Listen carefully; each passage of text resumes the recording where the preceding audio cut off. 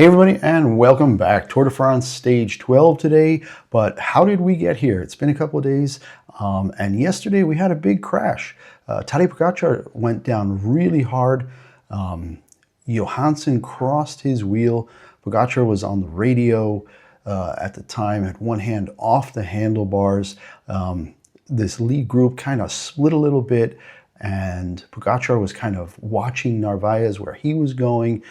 His teammate who was leading him out, and Johansson was looking at the brake that was going off to the right side, and you can see here where Johansson cuts across his wheel just at the last second, left Pogačar 23 seconds back, but the lead group, including Healy and Vingegaard, all stayed put for a bit or just slowed down and let Pogačar catch up. Now, why wasn't Pogačar in yellow? There have been a lot of people in yellow this tour, with Van der Poel and Pogačar, and then Van der Poel again, and now Ben Healy, because just before the break, the rest day on Tuesday, you saw Healy take 4.5 minutes out of the lead group, including there you see Pogačar and Vingegaard and Evenepoel, and that led us today to the first stage of the Pyrenees. 3 big stages, 2 hard ones as a group, and then tomorrow there's the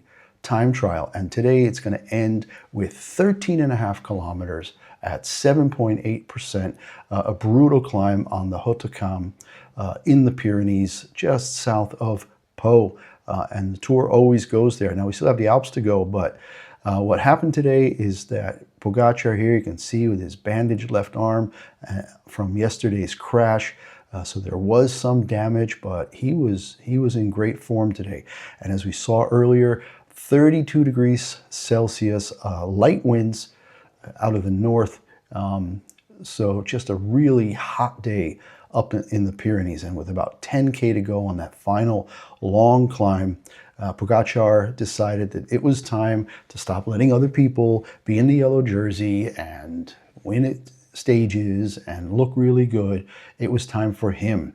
And Vingegaard could only stay with him for a very brief time.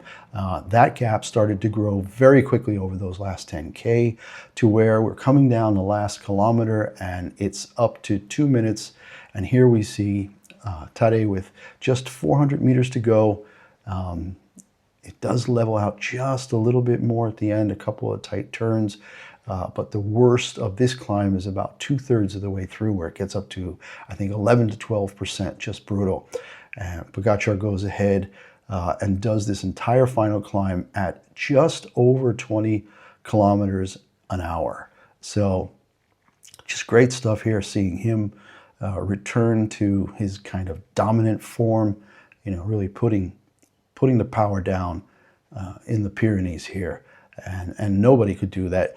The top 10 were all right there at the beginning of the climb, and it just accordioned out from there almost immediately as Vingegaard couldn't hold, Evenepoel couldn't hold.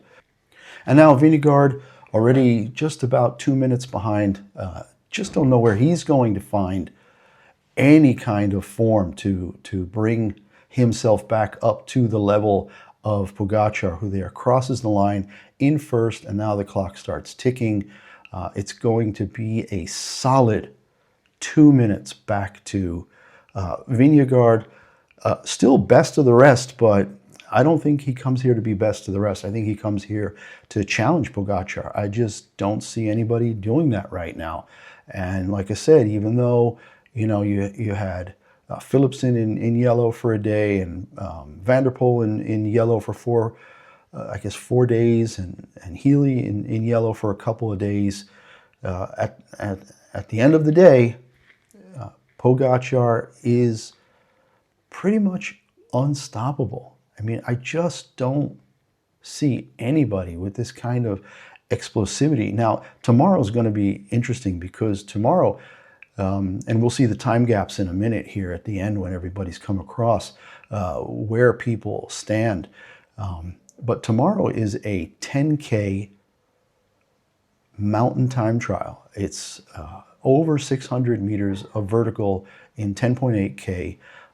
Really difficult. It's going to be hot again from what I've seen. And if the gaps are already there now, what's going to happen then? So coming in here, I think we've got Johansson and only coming across. Evenepoel, I think we missed Lipovitz. My gosh, Florian Lipovitz came in third, and I was talking so much I didn't even realize.